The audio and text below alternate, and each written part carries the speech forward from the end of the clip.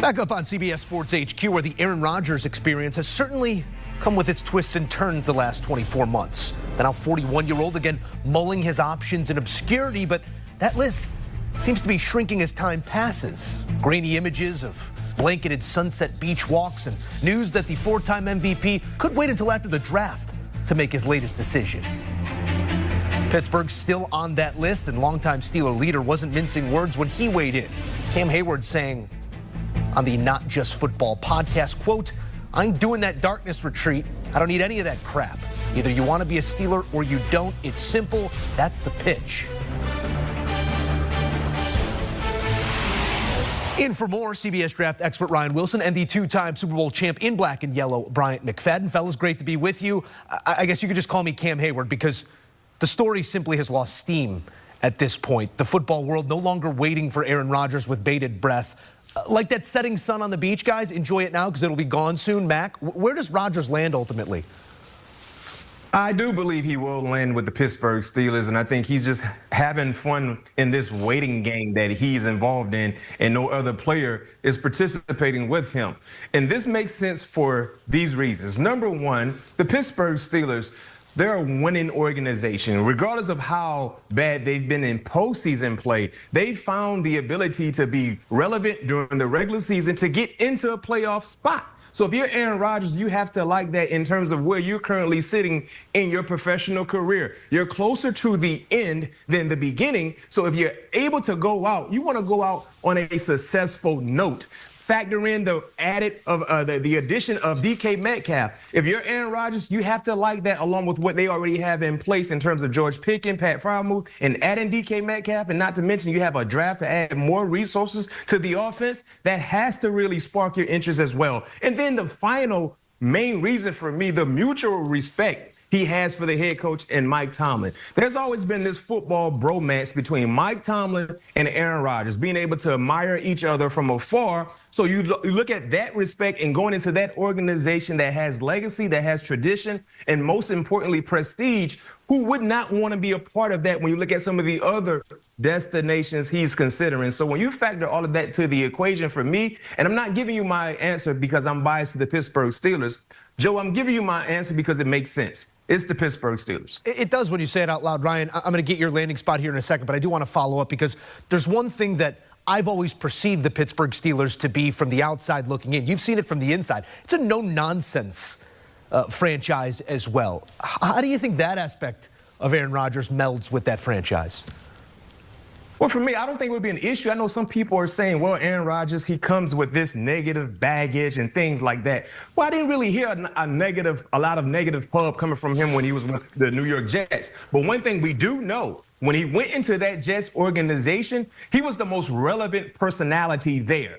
He had more cachet than the head coach and Robert Saleh at that time. When you go to Pittsburgh, no, you won't be the bigger person, the biggest personality in the building. It's Mike Tomlin. And outside of Mike Tomlin, the Steeler emblem carries more weight than Aaron Rodgers would be able to carry. And when in terms of being relevant and just the tradition and the prestige, the Jets, they haven't had that. They don't have that. So I think for Aaron Rodgers, when you go to that type of organization, humility needs to be in front of you because they already have the foundation laid in place, and the head coach is a bigger personality than you are. It's a great point. One carries weight, the other carries baggage. Where would that baggage land in your eyes, Ryan Wilson? I think the whole segment should be about the intervention we need to give B-Mac Musso on giving him the reality of what's going on with Aaron Rodgers. Listen, I don't want to hijack this thing, but B-Mac, here's the thing. I'm the biggest Steelers fan I know. Musso may agree with that outside of you, of course, B-Mac. But if there's mutual respect between Aaron Rodgers and Mike Tomlin, that's like saying you ask your girlfriend to the prom, but she's going to make you wait 3 months, and the prom might have already passed before she lets you know whether she's going to be interested in going to the dance with you. What are we waiting for? Musso just pointed out he's on the beach at the old folks retirement beach community, just huddled up with this little hat on, walking around. Yeah, looking as handsome as ever. I need some answers. And I think, look, Cam Hayward's exactly right, and Mac is exactly right about why the Steelers make a ton of sense. But Kevin O'Connell and those pass receivers and that defense that they have with Brian Flores in Minnesota is also incredibly enticing. That team won, 14 games last year with Sam Darnold? I'm sure that Aaron Rodgers sees that, and that may be a little bit more enticing. And also, to your point, B-Mac, he doesn't have to answer to Kevin O'Connell. He can do whatever he wants to do, whether that's Pat McAfee show or whatever else, and not worry about the locker room and all the other stuff that comes along with coming to Pittsburgh and the expectations of what it means to be a good teammate. It would bring him back into the NFC North, a different one than he left a few years past, with Detroit having elevated over these last few years. Minnesota would be the team that he would be on, but you're also looking at formidable opponents, one that he has, quote, owned in the past in the Chicago Bears. It's going to be interesting to see wherever he falls. The quickest way to show respect would be to make that decision. Let's keep this thing rolling, because relative to the aforementioned Russell Wilson, looking like the most self-aware in the room right now, which is a wild sentence. Ryan, you look at the numbers, they were really ships passing in the night, but on a per-game basis, very similar offering, Wilson to Rodgers. Where does the former Steeler land in your eyes? And just to be clear, Musso, I hope Aaron Rodgers ends up in Pittsburgh. I'm a realist about it. It's just there's a lot of baggage to your point. But in terms of Russ Wilson, I wonder, B-Mac, if he's tired of waiting on the Steelers to call him back. Because on some level, he was a savior for at least the middle part of that season last year. And then the wheels came off when the team collectively lost 5 straight games and lost that playoff game yet again. I wonder if he ends up with the New York Giants, who are playing musical chairs as well with Aaron Rodgers, and leave the Steelers with still standing when the music ends. And that means currently it's Mason Rudolph and Skylar Thompson in Pittsburgh, but I think it gives the Giants a bridge quarterback if they want to draft one at number 3 or go in another direction and draft one later in the draft. At least Russ Wilson can come in for a year, and I think he gets them to 7 wins and maybe get lucky, win a couple more, and get that organization going in the right direction. Yeah, Ryan, I'm right there with you. I think the best destination for Russell Wilson is the New York Giants, because clearly they want you more than the Pittsburgh Steelers want you. Because if Pittsburgh really wanted you back, they wouldn't be entertaining other options, especially with you having played for the organization a year ago. And granted, the last 5 stars, you didn't look good, but the entire team didn't look good. But you did some pretty good things in the midst of the season. But for some reason, they're looking to see what's out there in terms of the other options. The New York Giants, they're really trying to see exactly what you could have in store for them in terms of bringing that bridge-like quarterback that you mentioned, Ryan, for their quarterback of the future, whoever that might be. So I think the New York Giants makes all the sense in the world for Russell Wilson. And not to mention, when you look at his wife, Sierra, entertainer, R&B singer, bright lights, big city, I think she would enjoy that as well. All right, I want to give you a list here. Daniel Jones, Colt McCoy, Mike Glennon, Jake Fromm, Davis Webb, Tommy DeVito, Tyrod Taylor, Drew Lock. Those are Giants quarterbacks since Eli for 500, Alex. Will it be? No, why would you do that? The Giants fans. You got to say it out loud. You got to say it to feel it. Would Russell Wilson be the next name in that list that makes you feel something? You're not a good guy. We shall see. Mac, we've often said this.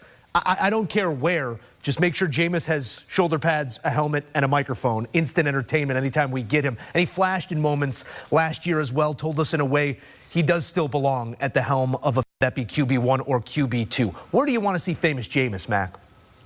I